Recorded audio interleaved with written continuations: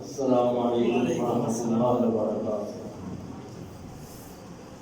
الحمدللہ رب العالمین والعاقبۃ للمتقین والصلاۃ والسلام علی رسولہ الکریم۔ یا رب لک الحمد کما ینبغی لجلال وجہک وعظیم سلطانک۔ اللهم صل علی محمد وعلی آل محمد كما صليت على إبراهيم وعلى آل إبراهيم إنك حميد مجيد۔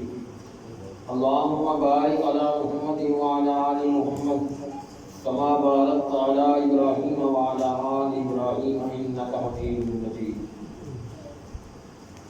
الحمدللہ آج 17واں پارہ شروع کیا گیا ہے۔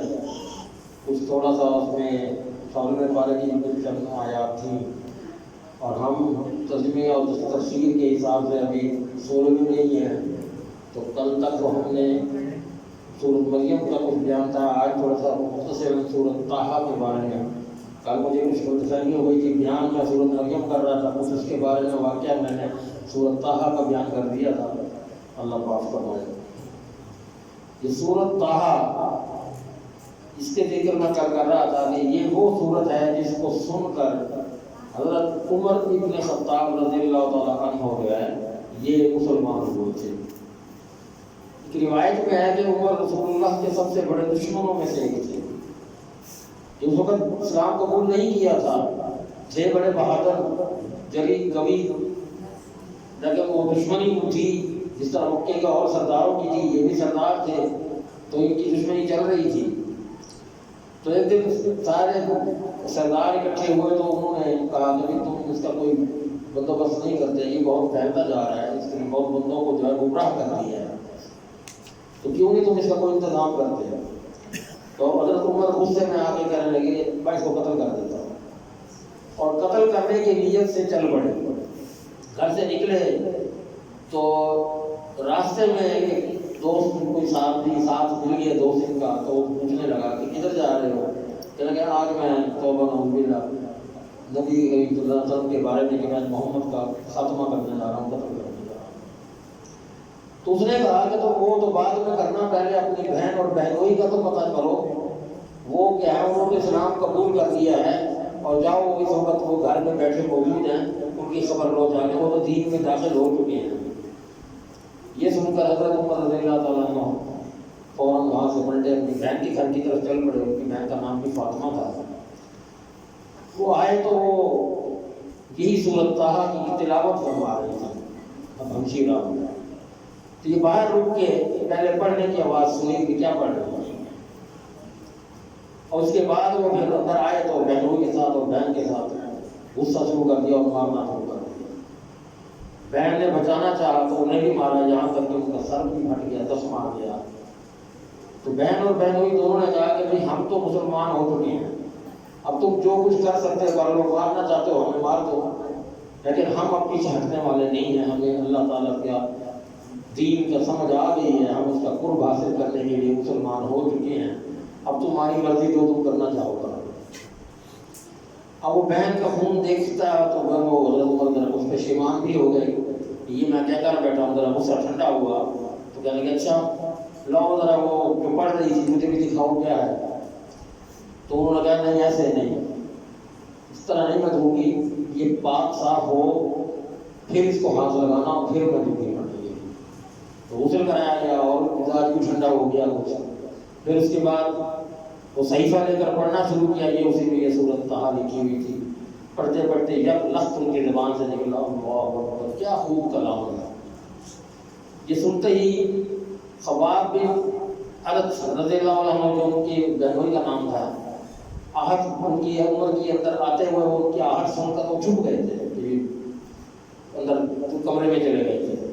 وہ باہر آ گئے، اب معاملہ کچھ ٹھیک ہو گیا ہے، اب بالکل سمجھ آ گئی ہے، تو وہ آگے کہتے ہیں کہ اللہ کی قسم کل میں نے نبی کریم صلی اللہ علیہ وسلم کو یہ فرماتے سنا کہ اے اللہ، ابو الحکم بن حشام، یہ ابو جہل کا نام تھا، کہ ابو حکم بن حشام یا عمر بن خطاب، ان دونوں میں سے مجھے ایک دے دے کہ جو میری تیرے دین کی خدمت کرے اور میرے ساتھ چلے۔ تو میں نے یہ سنا تو مجھے یہ توقع کو ہے کہ تم اگر اس دین میں آ جاؤ تو تم اللہ کا اور اللہ کے اس نبی کا یہ کلام، یہ پیغام پر دعوت پھیلانے میں اس کی بڑی مدد کرو گے۔ حضرت عمر فرمانے کا ٹھیک ہے مجھے اللہ کے نبی کی طرف لے کے چلو۔ وہ لے گئے اور جناب وہاں پر اللہ کی نبی کے پاس پہنچے اور اسلام کو قبول کر لیا۔ یہ اس کا ایک تفصیلی واقعہ تھا جو میں نے بیان کر دیا۔ سورت کے آغاز میں قرآن مجید کا تعارف کرایا گیا ہے۔ طٰہٰ مَا أَنزَلْنَا عَلَيْكَ الْقُرْآنَ لِتَشْقَىٰ إِلَّا تَذْكِرَةً لِّمَن يَخْشَىٰ تنزيلا ممن خلق الارض والسماوات العلى الرحمن على العرش استوى۔ اللہ تعالیٰ اس میں اپنا تعارف فرما رہے ہیں قرآن مجید کا، اور رسول اللہ صلی اللہ علیہ وسلم کو تسلی بھی دے رہے ہیں کہ ہم نے تجھ پر یہ قرآن اس لیے نازل نہیں کیا کہ تو مصیبت میں پڑ جائے۔ مَا أَنزَلْنَا عَلَيْكَ الْقُرْآنَ لِتَشْقَىٰ، تو مشقت میں پڑ جائے، تکلیف میں پڑ جائے، اس لیے یہ قرآن نہیں اتارا میں نے، بلکہ یہ میں نے نصیحت کے لیے کہ تم اس نے خود بھی نصیحت حاصل کرو۔ تذکرۃ لمن یخشیٰ، جس کے دل میں کچھ خوف ہے اللہ کا، اللہ کے بارے میں وہ کچھ جانتا ہے، وہ اس سے نصیحت بھی حاصل کر لے گا۔ اور یہ اس رحمان کی طرف سے نازل کیا گیا ہے۔ تنزیلا ممن خلق الارض والسماوات العلی، یہ اس رحمان کی طرف سے اتارا ہوا ہے جس نے زمین کو اور اونچے آسمان کو پیدا کیا۔ وہ بے حد رحم والا ہے اور وہ عرش پر مستوی ہو گیا۔ یعنی قرآن پاک آپ کو مشقت میں ڈالنے کے لیے نازل نہیں کیا گیا، یہ آپ کو خالق ارض و سما کا پیغام ہے، اسے انسانوں تک پہنچانا ہے۔ اس سے آپ کو کوئی تکلیف اگر کوئی آتی ہے ان کی طرف سے تو اس کا میں خود ادا کرنے والا ہوں۔ اب تھوڑا سا یہاں اس پر موسیٰ علیہ السلام کا بھی ذکر آ گیا کہ موسیٰ علیہ السلام کو اس وقت جب پیدائش سے لے کر کچھ واقعہ کو بیان کرتے ہیں کہ جب آپ کی پیدائش کا وقت تھا ہوا تو اس یہ رواج تھا، فرعون کا یہ حکم تھا کہ یہ کسی بھی مرد کو زندہ نہیں رہنے دینا۔ کوئی بچہ لڑکا پیدا ہوگا تو اس کو مار دینا ہے، لڑکی کو زندہ رکھنا ہے، کیونکہ اس کو یہ ڈر تھا کوئی لڑکا ایسا آ گیا وہ اس میں قابل نکل آیا اور میرے مقابلے میں کھڑا ہو گیا تو میں نے کوئی لڑکا رہنے نہیں دینا۔ تو یہ اس کا ایک قانون بنا ہوا تھا۔ تو موسیٰ علیہ السلام بھی پیدا ہو گئے۔ اب ان کی ماں پریشان ہو گئی کہ میں ابھی بیٹا پیدا ہو گیا، یہ تو مار دیا جائے گا تو کیا کروں؟ تو اللہ فرماتے ہیں کہ میں نے تیری ماں کو یہ وحی دی تھی۔ اب وہی وہ نبی تو نہیں تھی، لیکن وہی اللہ تعالیٰ کسی طریقے سے بھی کسی انداز سے بھی دل میں وسوسہ ڈال کے بھی کسی خیال سے بھی اللہ تعالیٰ وحی دینے پر قادر ہے، دیتا ہے۔ وَكَذَلِكَ أَوْحَيْنَا إِلَىٰ أُمِّكَ، تو ہم نے تیری ماں کی طرف وحی کی، أَنِ اقْذِفِيهِ فِي التَّابُوتِ فَاقْذِفِيهِ فِي الْيَمِّ فَلْيُلْقِهِ الْيَمُّ بِالسَّاحِلِ يَأْخُذْهُ عَدُوٌّ لِّي وَعَدُوٌّ لَّهُ۔ غم نہ کر، فکر نہ کر، اس بچے کو ایک صندوق میں ڈال دے اور صندوق بند کر کے دریا میں ڈال دے۔ اس کا حفاظت کرنا، اس کو کہاں تک لے جانا یہ میرا کام۔ چنانچہ وہ ایسا ہی کیا گیا، وہ صندوق میں ڈال کے ان کو دریا میں ڈال دیا گیا۔ اب موسیٰ علیہ السلام کی ہمشیرہ بہن چھوٹی سا وہ پھر رہی، وہ دیکھ رہی تھی محبت میں کہ میرا بھائی جا رہا ہے، لیکن میں اس کے ساتھ ساتھ چلتی رہوں، یہ کہاں تک جاتا ہے، اس کے ساتھ کیا کیا سلوک ہوتا ہے۔ جب وہ پیدا ہوئے تھے تو ماں نے دودھ ایک ٹائم کا پلا دیا تھا، اس کے بعد پھر انہوں نے کہا جب اس کا جلدی بندوبست کرو، یہ نہ ہو کہ فرعون کی فوج آ جائے اور وہ ہمارے ساتھ یہ سلوک کرے، زیادہ اس کو بند ڈالو صندوق میں اور ہوگا۔ اللہ اکبر، وہ جناب صندوق میں ڈال دیا گیا، صندوق جا رہا ہے دریا میں تو بہتا ہوا محل کے پاس پہنچ گیا۔ جب وہ فرعون کے محل کے پاس پہنچا تو فرعون نے دیکھا اور اس کے درباریوں نے دیکھا کہ ایک صندوق تیرتا جا رہا ہے، تو یہ جی بادشاہ نے لیا، اس کو فرعون نے کہا میرے پاس لے آؤ۔ وہ صندوق لایا گیا، کھولا، اس کا بچہ بڑا۔ اب وہ یہ بھول گیا یہ بات، بچے اللہ فرماتے ہیں وہ القیت علیک محبت منی، میں نے اپنی پوری محبت تیرے چہرے پر پوری نشاور کر دی تھی، ایسا چہرہ بنا دیا تھا کہ جیسے اس نے دیکھا وہ اس پر فرشتہ ہو گیا۔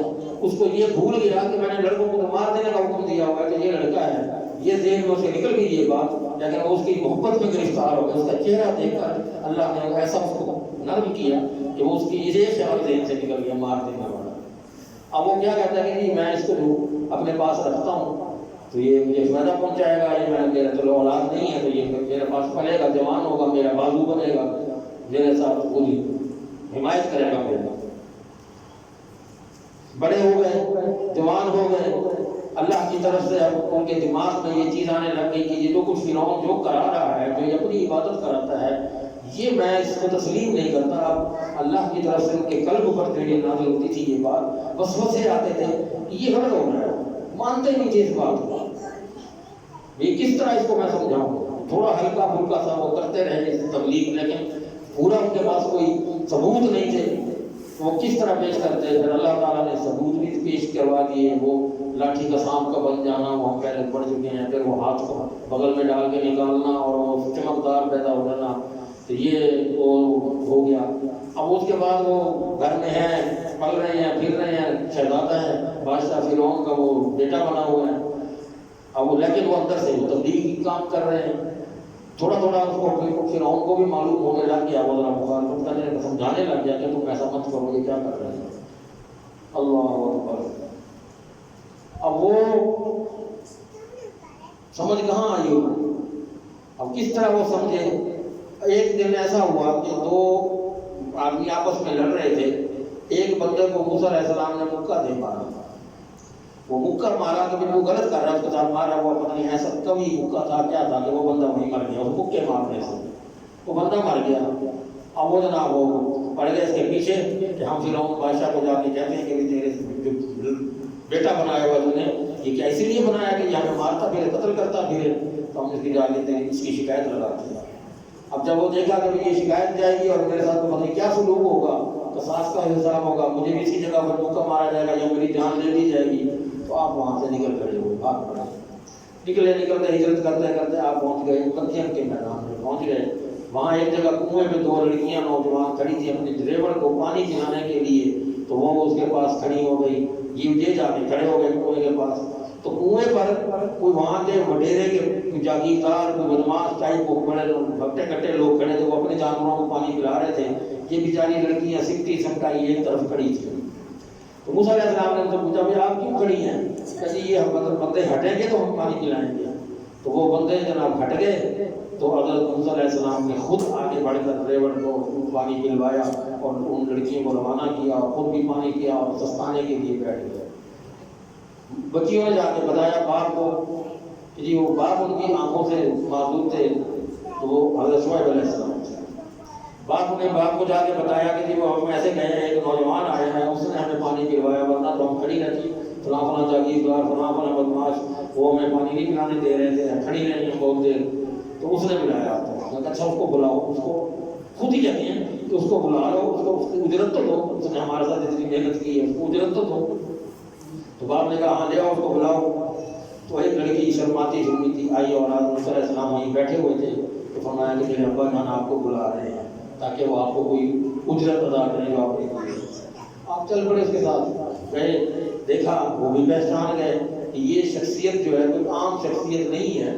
تو کہنے کہ اچھا بھائی جو میں اجرت یوں دیتا ہوں کہ تم 8 سال میرے پاس رہو، میرے جانوروں کا کھیتی باڑی کا خیال کرو، میری ملازمت کر لو، اس کے عوض میں تمہیں اپنی ایک بیٹی سے نکاح کرتا ہوں۔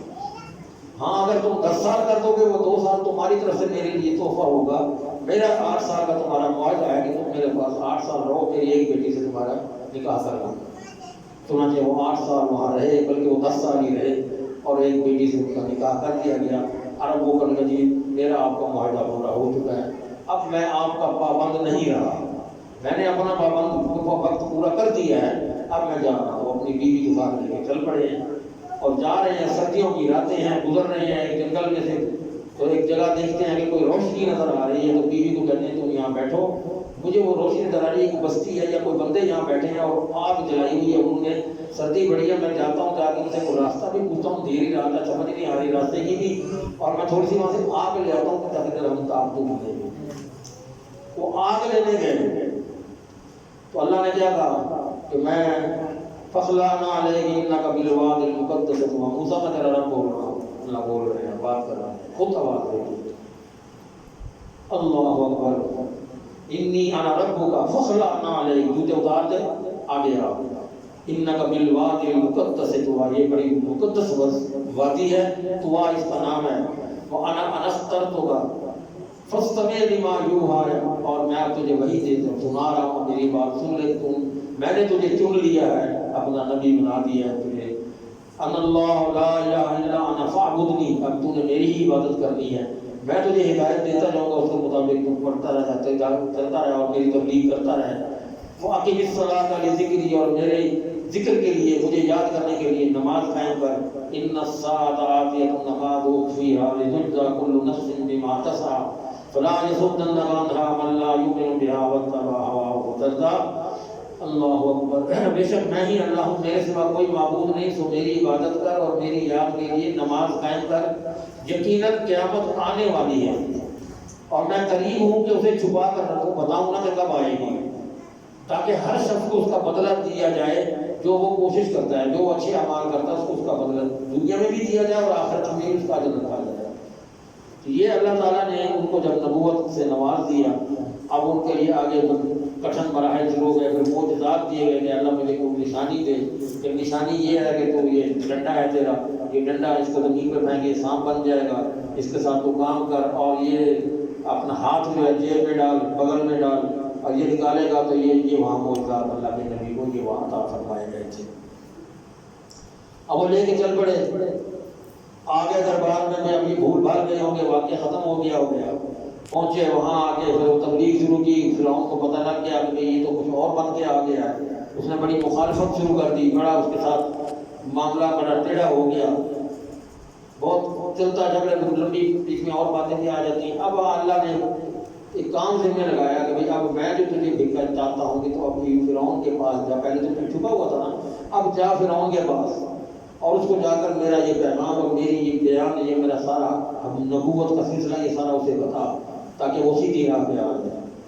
اب وہ حضرت موسیٰ علیہ السلام کی زبان میں تھوڑی سی لکنت تھی، اڑتی سی زبان، تھوڑی سی لکنت تھی، تو وہ بیان نہ کر پا رہے ہیں، تو میں فرعون سے جو بات کروں گا تو وہ میری زبان میرے رستے کی رکاوٹ بنے گی، تو دعا کی رب اشرح لی صدری ویسر لی امری واحلل عقدۃ من لسانی یفقهوا قولی واجعلنی وزیرا من اہلی ہارون اخی اشدد بہ اذری واشرکہ فی امری کی نسبحک کثیرا ونذکرک کثیرا انک کنت بنا بصیرا۔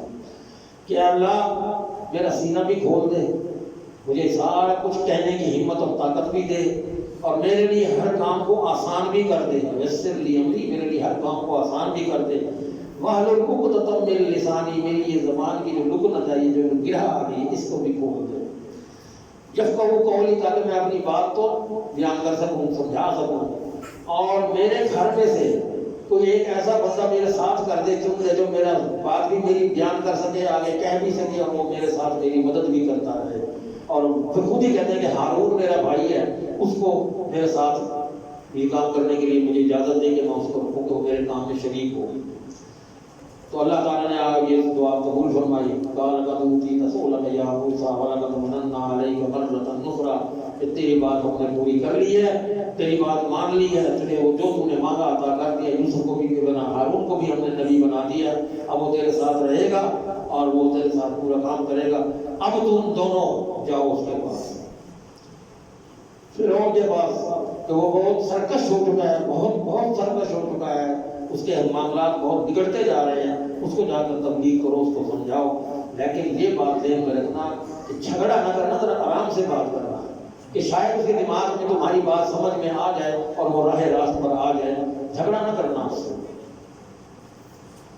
تو وہ دونوں کہنے لگے جی اللہ میاں کہ ہمیں ایسا ڈر لگتا ہے یفرض علینا، اور یہ لگا کہ وہ ہمارے پر لڑائی کر دے اور ہمارے ساتھ وہ بدلے لینے لگ جائے اور ہمارے پر شروع کر دے، تو کیسے کیا جائے؟ تو اللہ نے فرمایا لا تخافا، ڈرو نہیں تم دونوں، اننی معکما، میں تمہارے ساتھ ساتھ، اسمع و ارا، میں دیکھ بھی رہا ہوں سن بھی رہا ہوں، میں دیکھ بھی رہا ہوں اور سن بھی رہا ہوں، جاؤ تم کام یہ کام کرو، لگے رہو۔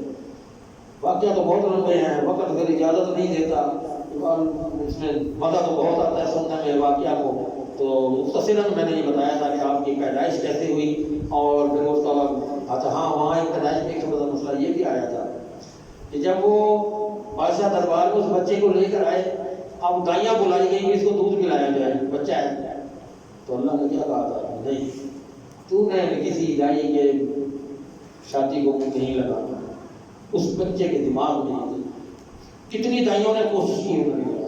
اب وہ بچی بہن جو ساتھ ساتھ چلتی آ رہی تھی وہ کھڑی کہہ رہی ہے وہی بات سنو، میں آپ کو ایک بات بتاؤں، میں ایک ایسی عورت کو جانتی ہوں جو دودھ پلائے گی، اس کو پلا دے گی، اس کا دودھ یہ پی لے گا۔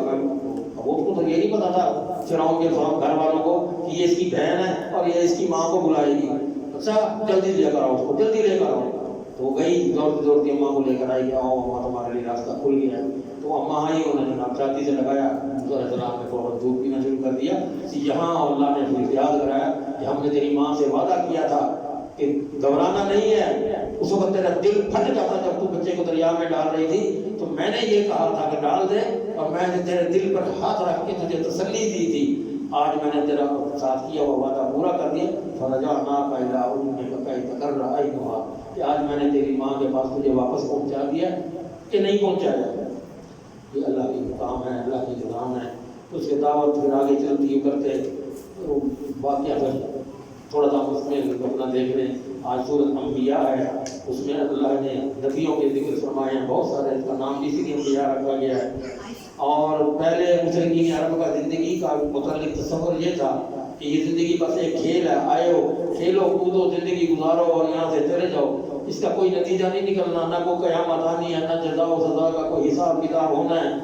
یہ تصور دراصل دعوت سے بے پرواہی کا سبب تھا۔ تو دعوت صحیح نہیں مل رہی تھی، جو تھی وہ ان کے دماغ میں نہیں آتی تھی۔ اللہ نے شروع ہی یہاں سے کیا جھنجھوڑا، اقترب للناس حسابهم وهم في غفلة معرضون۔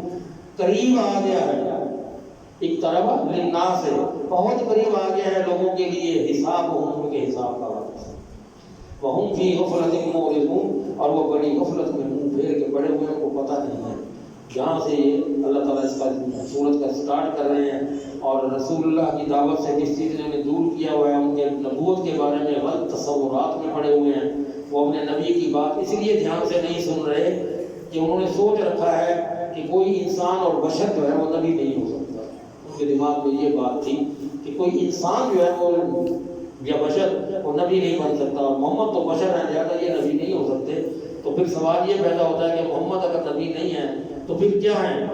ان کا یہ عظیم شان کلام، اسے کیا نام دیا جائے؟ اس نے کہا یہ جادو ہے۔ اب وہ جو سناتے تھے اللہ کے نبی، تو کچھ کہتے تھے یہ جادو ہے، کچھ کہتے یہ شاعر ہے، یہ شاعرانہ کلام ہے۔ تو اللہ نے پھر یہاں اس کا ذکر کیا کہ اس کے پاس رب کی نصیحت آئی جو نئی ہو، مگر وہ اسے مشکل سے سنتے ہیں، وہ اپنے کھیل کود میں لگے رہتے ہیں، اس کی طرف توجہ نہیں دیتے۔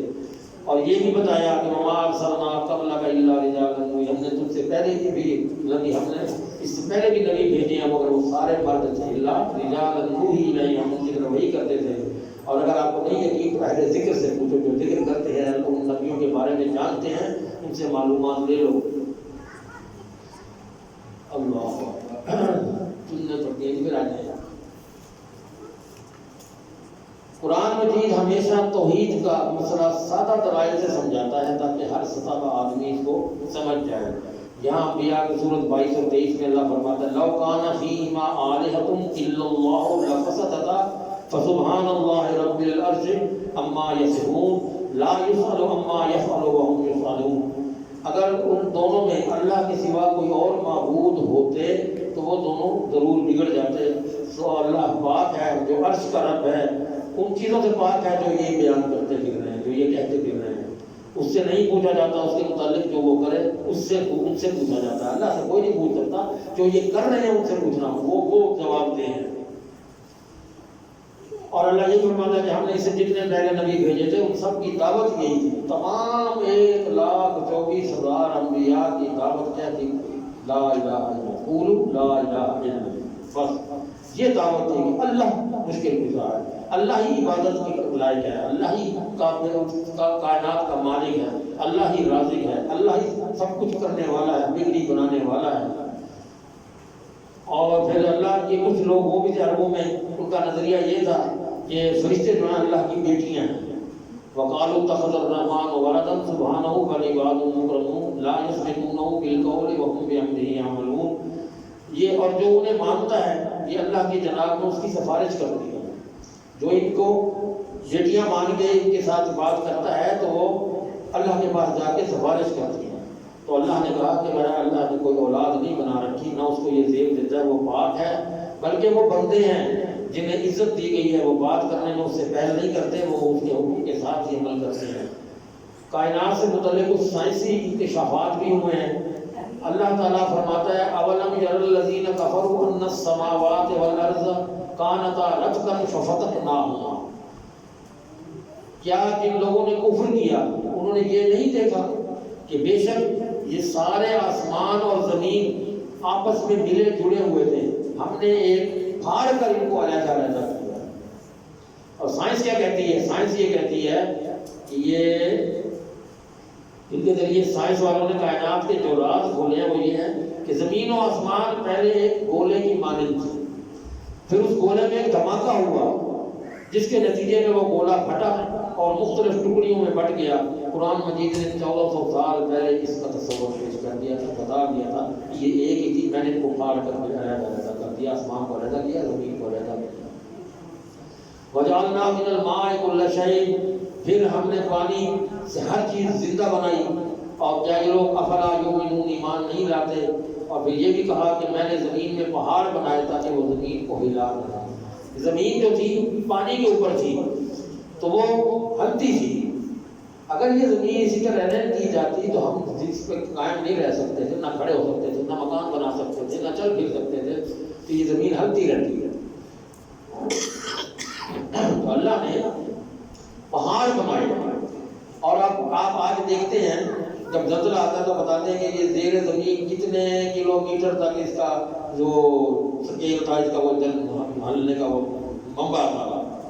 تو اللہ کہتا ہے کہ میں نے ان میں کشادہ راستے ہی بنا دیے، پہاڑوں کی میں نے دیوار نہیں بنائی، راستے بنا دیے ہیں، اور یہ زمین کے اندر میں نے نیچے 12-14 کلومیٹر تک کا وہ بتایا جاتا ہے کہ یہ بنا دیے ہیں، ٹھکے ہوئے ہیں۔ زمین جہاں سے ہلکی تھی زیادہ، اللہ نے وہاں ایسے پہاڑ، جہاں کم ہلتی تھی وہاں ہلکے پہاڑ، جہاں اس طرح اللہ نے مختلف سے وہ پہاڑ کھڑے کیے ہیں، اور وہ آج ہمارے بیٹھے ہوئے اس میں کون ہے کرنے والا؟ ہم کیا سمجھتے ہیں کہ یہ سب چیزیں خود بخود ہی ہو رہی ہیں، یہ ہمارا کوئی کمال ہے یا کسی یہ نبی کا کمال ہے؟ یہ اللہ نے، اللہ پھر اپنی یہ بات نشانیاں بتاتا ہے، پھر سورج کے بارے میں بتاتا ہے، چاند کے بارے میں بتاتا ہے، ستاروں کے بارے میں، زمین آسمان کے بارے میں، اللہ تعالیٰ یہ ساری اپنی مخلوقات کے بارے میں بار بار بار بار بار بار تاکید سے کہہ رہا ہے سب کچھ بنانے والا، سب کچھ تمہیں اللہ نے جو کچھ بھی بنایا ہے کیا اس کی ذاتی ضرورت کے لیے، اس کے اپنے استعمال کے لیے؟ نہ یہ زمین اس کے کام کی، نہ آسمان اس کے کام کے، نہ جو کچھ یہاں پر بنا ہوا اس کے کام کے۔ اللہ نے انسان کو جب بھیجا زمین کو، اس کے لیے ہر چیز بنا دی، اس کے کھانے کے لیے، اس کے پینے کے لیے، اس کے استعمال کے لیے، ہر چیز زمین پہ مہیا کی۔ جہاں پانی عام زمین، ہم یہاں تو فکر رہتے ہیں بیٹھے ہوئے ہیں نا، بور کراتے ہیں، 100-200 روپے پانی لے لیتے ہیں، کئی جگہ پہ 40-50 روپے نکل آتا ہے۔ وہ بھی علاقے ہیں جہاں صرف چشموں کا پانی استعمال ہوتا ہے، اللہ نے وہاں چشمے نکالے، یہاں پانی یہ نہیں نکال سکیں گے تو میں چشمے پیدا کرتا ہوں، تو اللہ نے چشمے پیدا کرنے ہیں، وہاں سے چشموں کا پانی آتا ہے، وہ خراب ہوتے ہیں۔ تو اللہ تعالیٰ کی نعمتیں اتنی ہیں۔ سورۃ کہف میں لکھا ہوا تھا، پہلے بھی میں نے بیان کیا تھا کہ اللہ کی نعمتوں کا شمار نہیں کیا جا سکتا، کہ اگر تمام سمندروں کے پانی کو صحیح بنا دیا جائے اور اس کی درختوں کی کلمیں بنا دی جائیں اور اس کی نعمتوں کا ایسا وہ شمار کرنا شروع کر دیا جائے، لکھ دیا جائے، تو اللہ فرماتے ہیں کہ میری نعمتیں ختم نہیں ہوں گی، تمہارے سمندروں کا پانی ختم ہو جائے گا، درختوں کی کلمیں ختم ہو جائیں گی، پھر تمہیں اتنا ہی سمندر اور پانی اکٹھے کرنے کہاں سے لاؤ؟ وہ تو سمندر تم نے ختم کر لی، اب اور کہاں سے لاؤ؟ پھر آگے وہ اس میں یہ بھی بتایا کہ کس طرح میں نے یہ سارا کچھ تمہارے لیے کیا، نبی بنایا، تو نبی کو کہا، اس کو کہہ دو انما انا بشر مثلکم یوحی الی انما الہکم الہ واحد، بتایا تھا۔ اور یہ بھی کہا فمن کان یرجو لقاء ربہ، تم میں سے جو کوئی یہ امید رکھتا ہے کہ میں نے رب سے جا کے ملاقات کرنی ہے، فلیعمل عملا صالحا، نیک عمل کرے، ولا یشرک بعبادۃ ربہ احدا، اور اپنے رب کے ساتھ کسی کو شریک نہ ٹھہرائے۔ سب کچھ اللہ برداشت کر سکتا ہے، اللہ آپ کے اعمال کی، ہمارے اعمال کی کمی پر بھی معاف کر سکتا ہے، کوتاہی ہم سے جو ہو جائے معاف کرنے والا ہے، وہ قادر مطلق ہے، اللہ ہم سب کو معاف فرمائے، ہماری کمیوں کوتاہیوں کو اللہ معاف فرمائے۔ لیکن اللہ نے اگر نہیں معاف کرنی تو کلیئر کٹ صاف ایک جگہ نہیں سینکڑوں جگہوں پہ اللہ نے بیان فرما دیا، لئن اشرکت لیحبطن عملک، اور نبی کو کہتے ہیں کہ تیرے عمل ضائع ہو جائیں گے اگر تم نے شرک کیا تو۔ اللہ کو شرک پسند نہیں ہے، اللہ کو اپنا شریک پسند نہیں ہے، کہ میں کرنے والا ہوں وہ میں ہی ہوں اور میرے ساتھ کوئی نہ ہے نہ کوئی۔ جیسے میں نے وہ ایک مثال دی تھی کہ آندھی آئی تو وہ کہنے کہ یہ بڑے جو زمیندار لوگ ہوتے ہیں یہ آندھی روک لیتے ہیں، پڑھ لیتے ہیں آندھی غریب کو پڑھ دیتے ہیں، کون بات سے بنے؟ اس کا مطلب ہے کہ وہ اللہ ہے، وہ اللہ ہے۔ پھر ہم ان لوگوں کی طرف ہماری توجہ جاتی ہے کہ جناب یہ بگڑی بنانے والے ہیں، یہ فلانا بگڑی بناتا ہے، یہ قسمت خرید ہو گیا، ایمان بری کرو قسمت خرید، کھوٹی کو کرو خرید۔ وہ میں ایک بندے کی بات کر رہا تھا کہ وہ قسمت کا کھڑا کرے تو میں وہ تو مجھے نہ کھڑا کرے نا، کھوٹی جا کیجیے وہ تو اللہ کا کہا۔ اچھا اللہ کھوٹیاں کرے تو ہمارا پیر کھڑیاں کرے، اللہ اکبر، تمہارا پیر کھڑیاں کر دے، کھوٹیاں کروا سے اللہ ہے۔ ہم نے اللہ کے ذمہ وہ کام ڈال دیے ہیں جو ہمیں زیب نہیں دیتے، تو اللہ تعالیٰ ہمیں معاف فرمائے سچی سے۔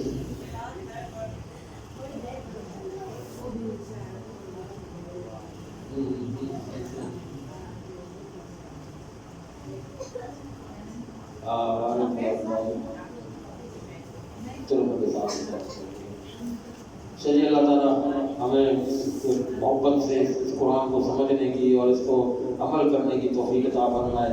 وآخر دعوانا الحمد للہ رب العالمین۔ جزاکم اللہ خیرا۔